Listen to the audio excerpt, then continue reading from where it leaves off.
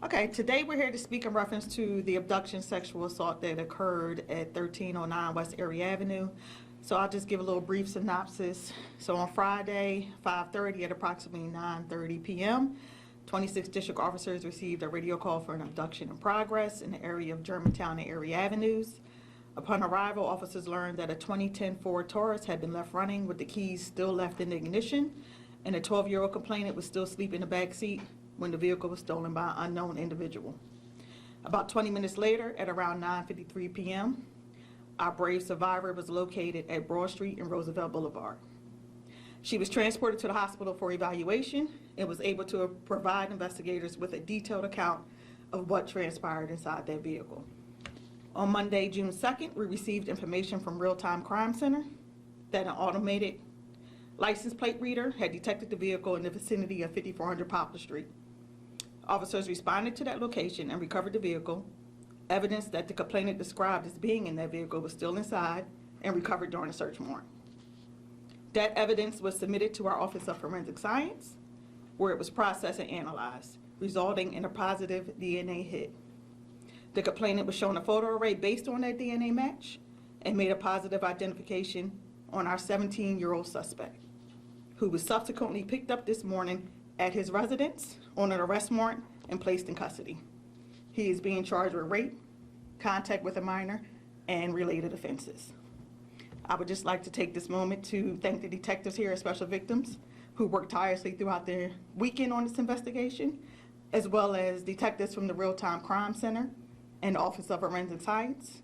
This is just another great example of how information sharing and putting together pieces of the puzzle come together and we are able to bring an investigation to a close. Captain, we have to ask, I mean, obviously this is, it feels like a gut punch for probably every parent or every person out there about what happened, but you just mentioning the 17-year-old. Yes. Is this person being charged as an adult, the 17-year-old, and do you suspect that they're involved in any other either sexual assaults or car thefts? So he is a juvenile, so I'm not at liberty to discuss his previous arrest history. As far as how he's going to be charged, that is up to the DA's office, but hopefully tomorrow we'll be able to release more information on our suspect. I know you can talk about previous arrests, but can you say if you're looking at him being linked to other incidents in the city that haven't been closed? We're not looking at him in reference to any other incidences like this one at this moment.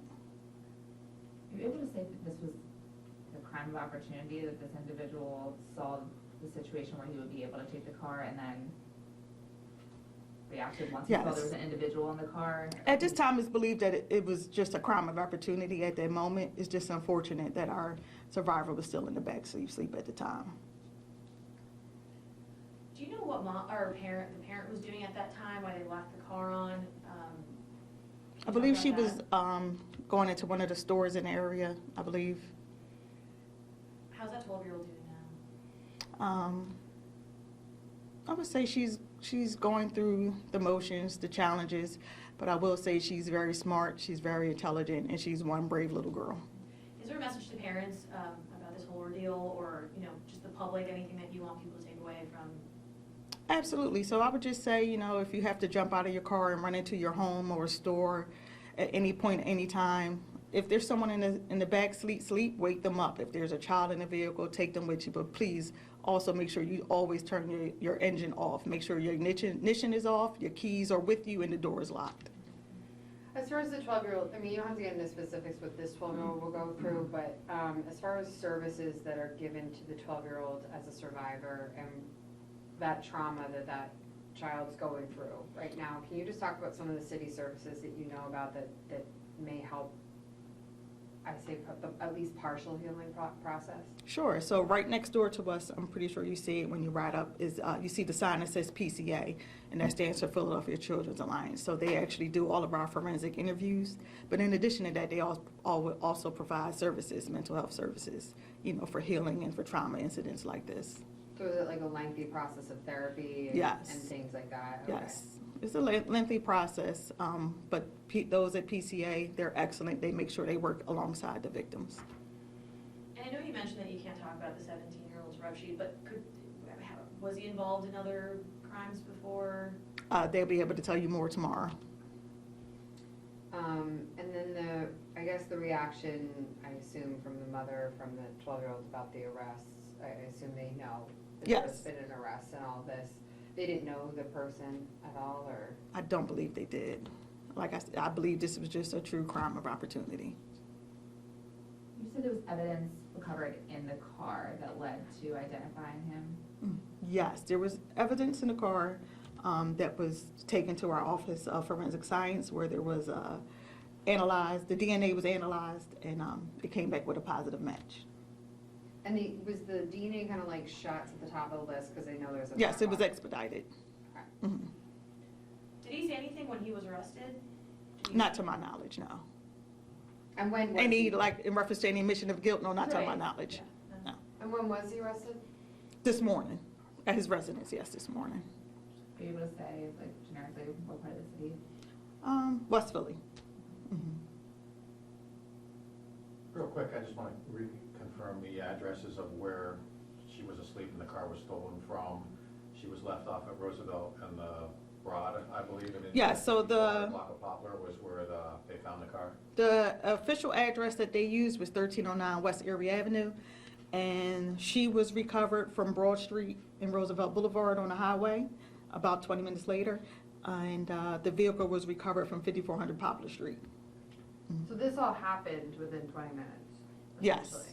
Yes, And then, I think we read that she was assaulted in the vicinity she was left, correct? yes, Okay. yes. Okay. That's all Anything else? right. I guess my one question, was she like wandering? Like, I know obviously she was left there with the car, she was left there where she was Mhm. recovered, but was she just wandering? Did she wait for help? Like, how did, She was able to make a call from her iPad, yes, which alerted officers to the area where she was. and she called her mother or called? I'm not quite sure. I mean, this, I think we're all, like, this is just a horrifying case, and then to hear that a 17-year-old was arrested, another, juvenile, any personal comments on that? This is just tragic all around. It's just tragic all around. I'm pretty sure when, after he's been charged and arraigned, and once further information is able to release, a lot more could possibly be said after that. Yeah, this has to be good. I know there's not much you could say, but. Yeah, unfortunately. I There's something I wanna The DA's office Yeah. won't, why Yeah. not today, do you know? Say it again? Why the DA's office wouldn't say anything? Well, he has to go through the whole arraignment process, so you have to wait for all that to be complete. And I just say by tomorrow morning, just to give it time to go through the process, yeah. But he's in custody. He's in so custody. And like, it's all. It's all and the- the charges are all, on, like, he was arrested on the charges. Yes. Is the best way to put it. Okay, Yes. the paperwork's done, it's just the process. It just has to go Okay, through the got it. process, and then, So it could be being as though like he's a one or juvenile. whatever, Yeah, it could be like, Early, but, okay.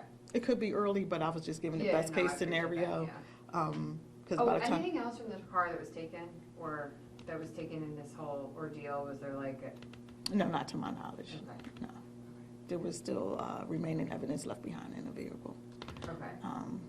I say like car stereo, I know that people No. don't do that anymore, but like, no, like, No, nothing else was mining or taken, anything like that, no. okay. So, I think that's it. Thank you. Thank All you so right. much. so it could be sooner than, they may be able to release the name, or depending on how, if he's charged as an adult. Yeah. Are you recommending that he be charged as an adult? I would love for him to be charged as an adult. Yeah. I don't Anything know, else? is that on you guys, like the police? No, or it's not on It's us, not? no. They decide, you don't make recommendations either way? No, it was, that's totally based on the DA's office. Okay, got Yeah. it. Just a I sad think you situation. could recommend. I guess you can't, I thought you guys could recommend. We could recommend, Okay. but. I don't- Right, right, right. Whether or not it happens is a different Yeah, thing. we could recommend. But, Yeah. He was alone, right? yes, as far as we know, he was alone, yes. He acted alone. You guys good? Good? Thank you. Okay. Thank you so much. Appreciate